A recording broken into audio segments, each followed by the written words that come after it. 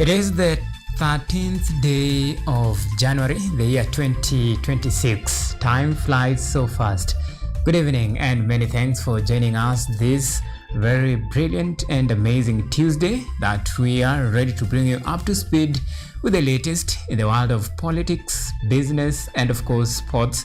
And thank you for choosing us to inform you and to bring you up to speed with the latest happening around the country and beyond our borders. But first thing first, our top stories tonight.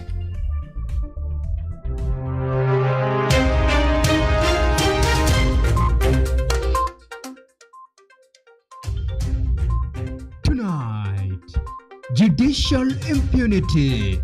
LSK opposes a ruling by the High Court banning government entities from outsourcing private lawyers.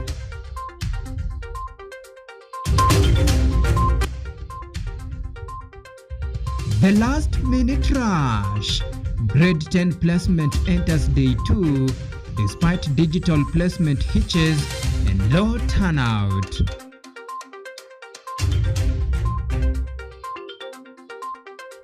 As for preparation and readiness for the system, we are very much ready, and we want to assure the parents that the students will get whatever they require.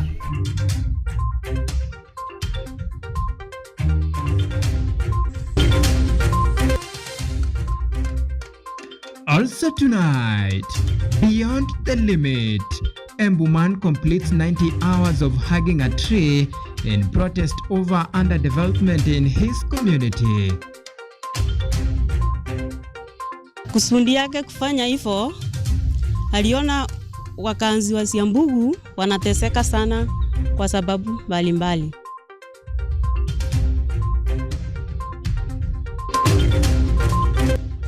The Shining Star. Ruto vows to empower youth through education, skills development and employment opportunities.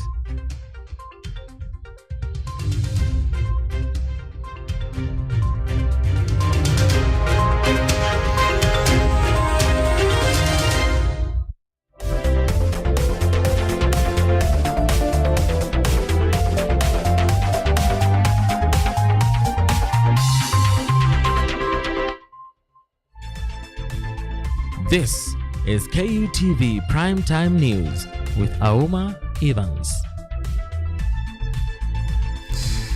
It is takeoff time, shall we? Our sign language interpreter tonight is Naomi Omboi. Remember, you can follow us on all of our social media platforms. We are coming to you live on YouTube at KUTV News Live. You can tweet us on X at KUTV_Kenya. The hashtag to use, State of the Nation. So tonight we begin in the nation's capital. Now, the Law Society of Kenya, led by its president Faith Odhiambo, has issued a strong position regarding an order by the High Court in Nakuru that temporarily suspended the activities of private advocate and legal practitioners within their public institutions. In a statement released on Tuesday, LSK President Faith Odhiambo condemned the interim orders, terming them a nefarious scheme aimed at crippling the legal profession. Odhiambo dismissed claims that outsourcing legal services threatens public funds as tired rhetoric, stressing that the legal fee are statutory, regulated and subject to court taxations. Alright, now to matters education. The grade 10 placements across the country entered its second day, with parents and schools in a last-minute rush to enroll learners in the institution of their choices, despite digital placement hitches and low turnout. The situation was not different in Garissa High School, as the school fully prepares to accommodate more than 600 students of inaugural competence-based education. Manasseh. Today we are admitting the grade 10 learners. We're expecting a total of 650 learners. Already at least some 20 or so have already come. And we're saying that most of them are prepared. As for preparation and readiness for the system, we are very much ready. And we want to assure the parents that the students will get whatever they require. And the teachers are there. And we are recruiting about 7 teachers soon through TSC. Kwa zamani ya sahi hii ndio mzuri. CBC naona mimi kwa mimi hii ndio mzuri. Mtoto ajifunze kile anataka. Ya zamani mtoto class 8 form 4 ikimaliza hakuna ikileta hii labda ajione ajaleta kitu na aanze kukua chokora. Now let's switch gears to matters politics for a bit. Now the President William Ruto has yet again hit out the opposition and accusing the united opposition led by former Deputy President Rigathi Gachagua of lacking agenda to further Kenya forward. Our very own Glory Kutv reports on a day the head of state reiterated the government's commitment to empowering Kenyan youth through education, skills development, and employment opportunities. Has never been recognized kwa sababu. Speaking during the Nyota capital disbursement in Samburu, President William Ruto noted that the Kenyan youth possess education, strength, talent, and determination needed to build the nation. He observed that in the past, lack of employment plans pushed many young people abroad where some were mistreated. He urged the youth to trust the government initiatives while remaining disciplined and hardworking. We must also think and we must have a plan on what happens to our young people when they come out of school, they come out of college, when they come out of university. And that is why, as the government of Kenya, under my administration, we have designed pathways for creating real, deliberate, intentional jobs for young people in our nation. Students insisted that the Nyota program must be transparent and accountable without brokers or patronage to ensure youths benefit through individual effort. He also introduced another Nyota initiative for working youths lacking certification, where the government will pay for examination fees, enabling them to sit for exams and receive certificates. If you have people whom you know who are either masons, they are carpenters, they are electricians, they are whatever it is that they do in terms of trade, but they don't have a certificate. We want to support them. We want to look for them. Sisi tutawalipia ile examination ambayo watafanyiwa, sisi tutawalipia certificate, wapatiwe certificate. Ndio huyo ambaye hajakuwa na certificate, hajawahi kwenda college, pia tumuwezeshe. Additionally, President Ruto announced a government program enrolling 90,000 youths in a 6-month training course to build employable skills. Tumekubaliana vile vile ya kwamba tunatafuta vijana 90,000 of them, wale ambao wamemaliza form 4 ama hata standard 8 ama standard 7 ama form 2, hawana certificate yoyote, hawajaenda course mahali popote. Sisi tunataka tuwasaidie hawa, tuwasaidie waende wafanye hiyo course wanataka. Deputy President Kithure Kindiki echoed the president's sentiments in Samburu, describing the youths as a key national asset and urged them to engage in productive work. He condemned leaders who incite youths to violence against opponents, stressing that young people should build the country, not destroy it. He also dismissed claims that the funds being dispersed are too small, citing rural challenges. Ni kuwasihi wale ambao tunashindana nao katika siasa wawache maneno ya kuchochea wananchi na kuchochea vijana ati wachukie nchi yao, waanze kuvuruga wanasiasa ambao hawakubaliani na wale ambao ni wachochezi. We must use our young people to build the country, not to destroy the country.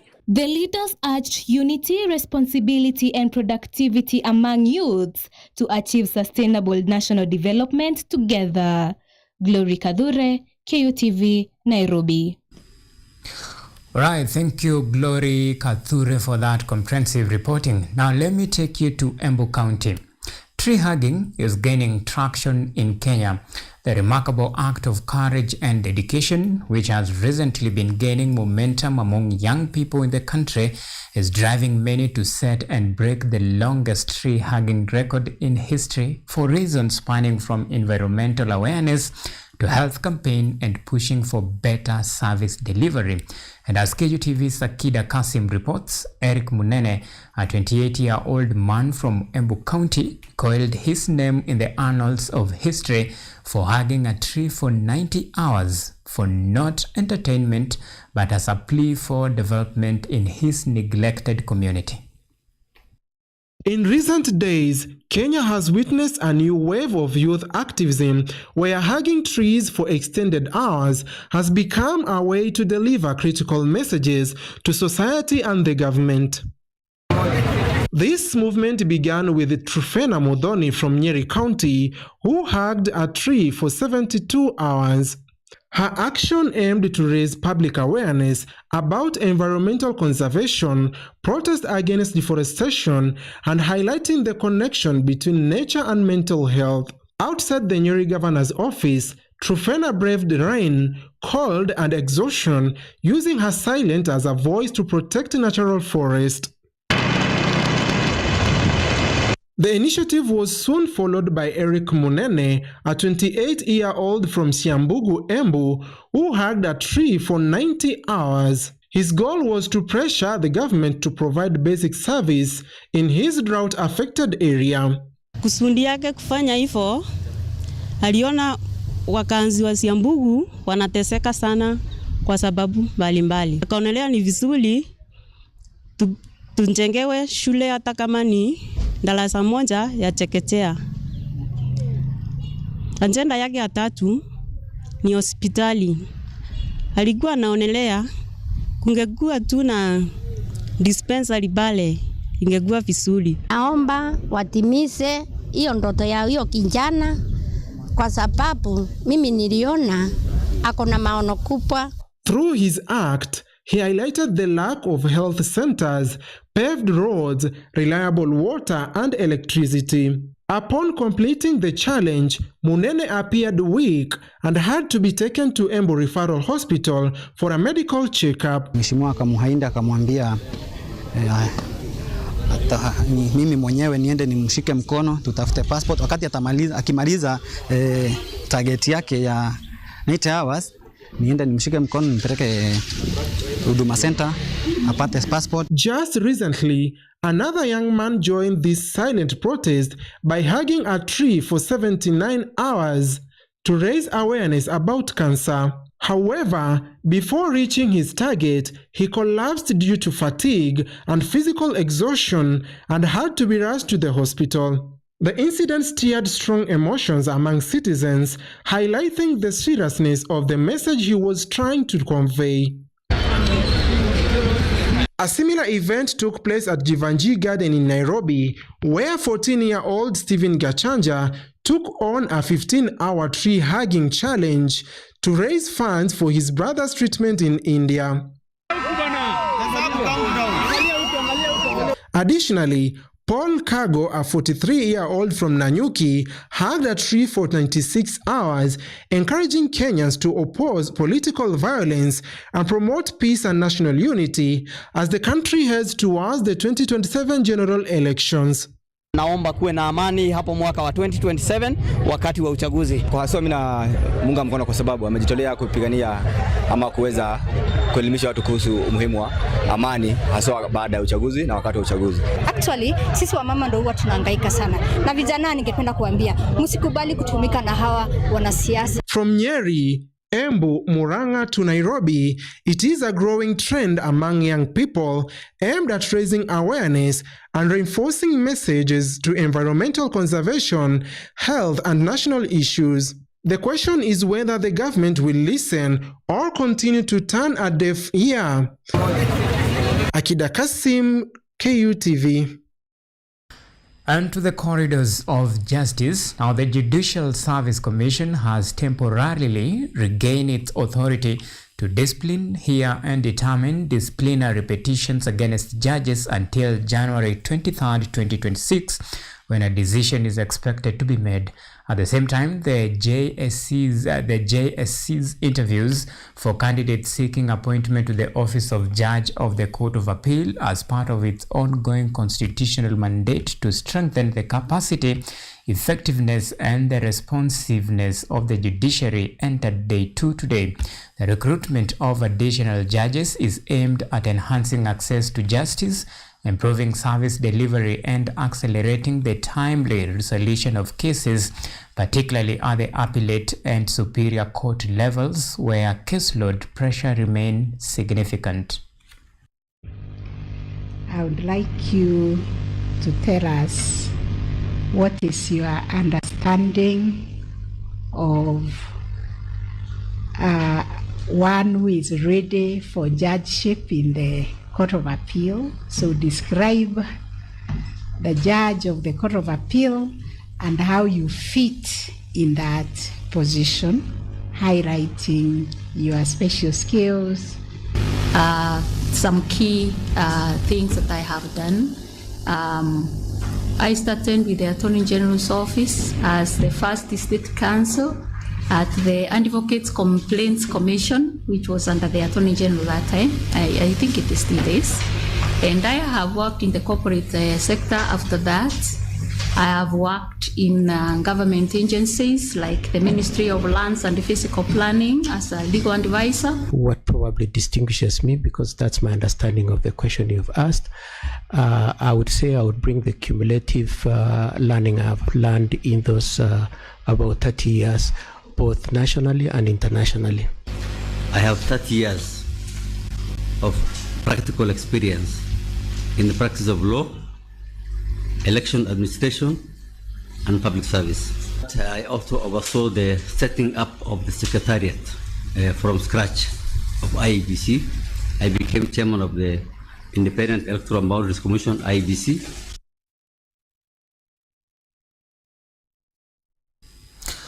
All right, now we are taking our very first break here on the State of the Nation. Remember, we'll be back with more after the break.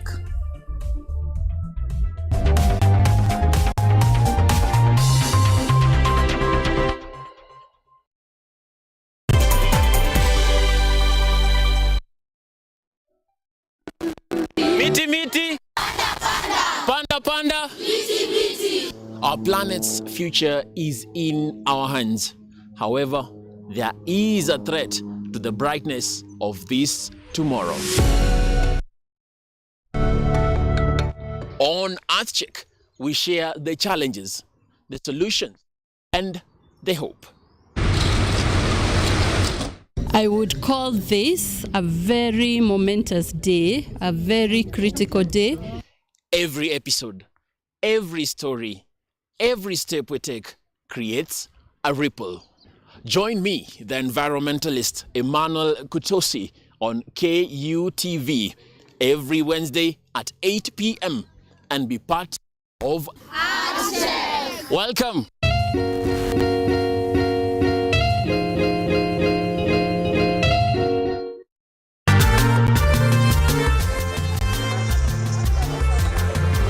Ni nguzo na uso wa jamii.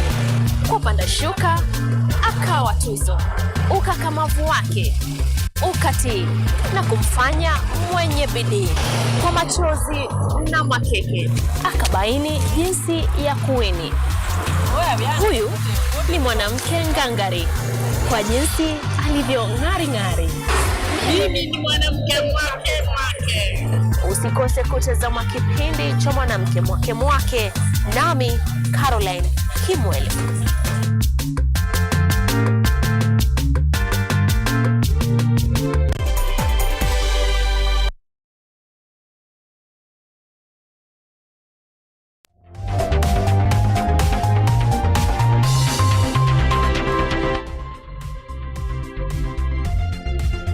You are watching KUTV Primetime News with Auma Evans. Alright, welcome back and thank you for keeping it State of the Nation. Now, Nyeri Town Member of Parliament Duncan Madenge has vowed to push for bursaries and scholarship increment in the flow of their house in order to assist students from low-income families. Speaking on Tuesday, the Nyeri Town legislator emphasized on the immense contribution of bursaries and scholarships to the less privileged in the society, calling for more concerted efforts in lobbying for more funds. And today we were flagging off the Elimu Scholarship Program, which is 100% government-funded program through the Jomo Kenyatta Foundation. There was a call for applications, and all the head teachers were informed to ask parents from their schools to apply. We had a very high number of applicants. In Nyeri Town constituency, for example, we had 402 families applying. In Tetu constituency, because this is a combined cohort, we had 348. Eventually, 8 kids from Tetu and 21 from Nyeri Central were picked. So number one, you can see that this program is very, very competitive. The demand is very high. And we are picking really a very small minority. And therefore, one of the things I'd like to see, and I think we will pick up as we resume Parliament and vote in the budget for the Education Ministry, is an increase to the scholarship kit. Now, still matters education. Now, the Kenya National Union of Teachers, that is NAT, has commended members of Kisii Central Branch for turning out in large numbers to participate in the election of the leaders. Speaking to the media after the election, NAT National Women Representative Mercy Kiambati said that the high turnout demonstrated unity and commitment among teachers, urging the newly elected leaders to work together and serve the interest of teachers. Rajab Juma reports. Calling on teachers who have assumed leadership positions in the Kenya National Union of Teachers in Kisii County, NAT National Women Representative Mercy Kiambati noted that the intense competition witnessed during the elections reflected the strength, support and democratic foundations of the union. She added that NAT will continue to stand firm in defending the interest and welfare of teachers. The exercise was very smooth and very fair.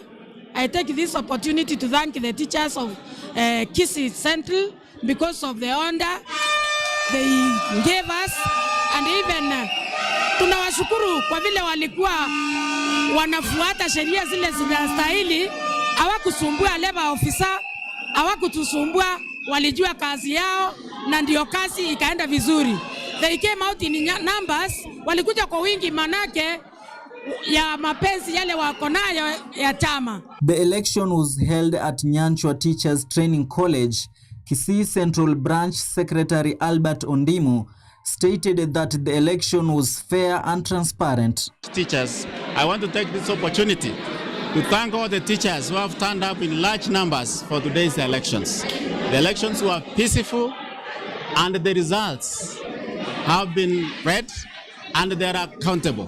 While thanking the officials for overseeing and ensuring a peaceful process, he urged the new leaders to remain united and focus their efforts on advancing the interest of teachers in the branch. I want to thank the labor officer, the national office, and all those who participated in this exercise. I want to ask my colleagues who have been elected today, we work together so that we can serve the teachers of this branch with a lot of integrity.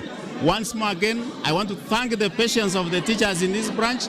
I want to thank all the teachers for turning up in large numbers, unlike before.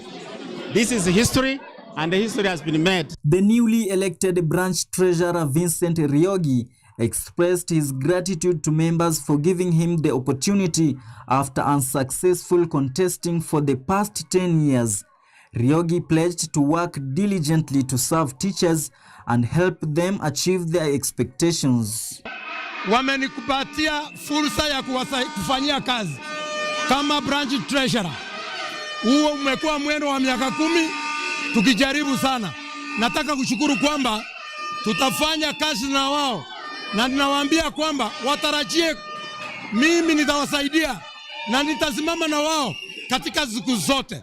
Nashukuru kwa maana najua walimu wetu wanahitaji services and it's against this background. Nasema tutafanya kazi kwa pamoja na tutalinda haki zote za walimu. Positions contested in the election included treasurer, deputy treasurer and a representative of persons with disabilities. Candidates for the positions of Secretary General and Chairperson were elected unopposed. Rajab Juma, KUTV. Meanwhile, following the arrival of the second cruise ship of the year, Zamara Journey, which docked at the port of Mombasa with more than 639 guests and more than 300 staff members from various nations, Kenya's tourism industry continues to show consistent growth. The ship was formally welcomed to the Kenyan waters by Tourism Cabinet Secretary Rebecca Miano, who stated that the increasing number of cruise calls is a reflection of both the government's intentional efforts to boost cruise tourism as part of the larger economic strategy and the growing confidence of foreign tourism. Cabinet Secretary credited President William Ruto's administration's significant policy changes, including the electronic travel authorization system, ability to provide visas for the expansion. One vessel is able to deliver 600, 900, some more than 1,000. And this is very critical for Kenya, especially based on the targets that we have set of increasing our tourism numbers from what we had in 2024, 2.4 million international arrivals, to the new target of 5.5 million by the year 2027-2028, and also to increase our earnings from about 452 billion to a whopping trillion.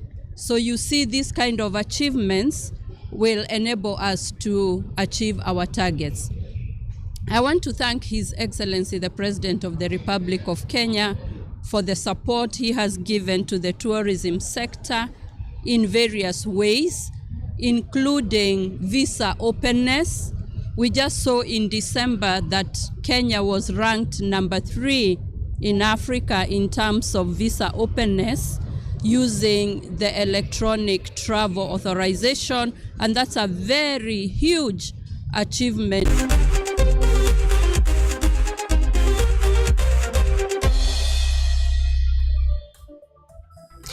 Alright, it's now time for the latest in the world of sports.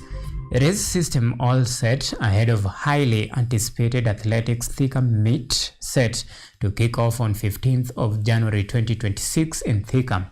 The event will feature track and field events with a total of 14 events on the program, including 100 meters, 110 meters and 100 meters hurdles, 200 meters, 400 meters and 400 meters hurdles, 800 meters, 15,000 meters, 3,000 meters steeplechase, 5,000 and 10,000 meters and walk race for both men and women. Wild fields event include hammer throw, javelin, discus, shot put, long jump, high jump, triple jump and decathlon and heptathlon. Athletics Thika Meet is the first ahead of busy athletics calendar that include Commonwealth Games, Youth Olympics and Africa Senior Championship and the inaugural Ultimate Challenge in Budapest.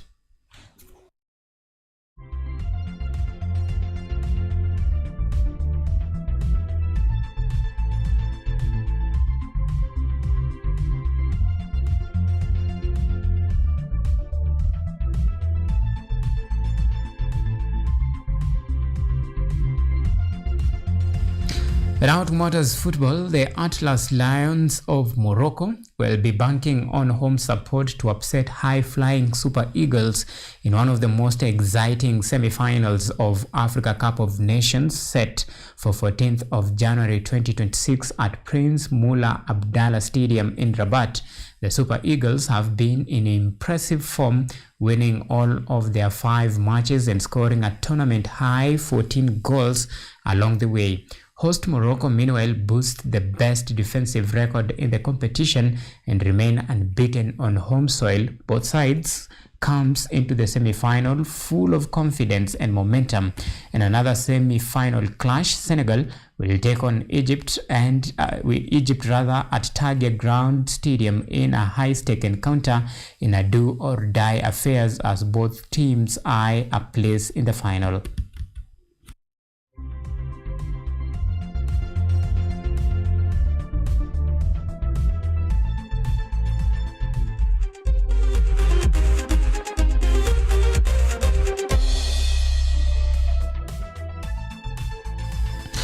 Right, that's all we had for you tonight. Many thanks for the men and women behind the scene and for you esteemed viewers for always keeping us a company in the last 30 minutes or so.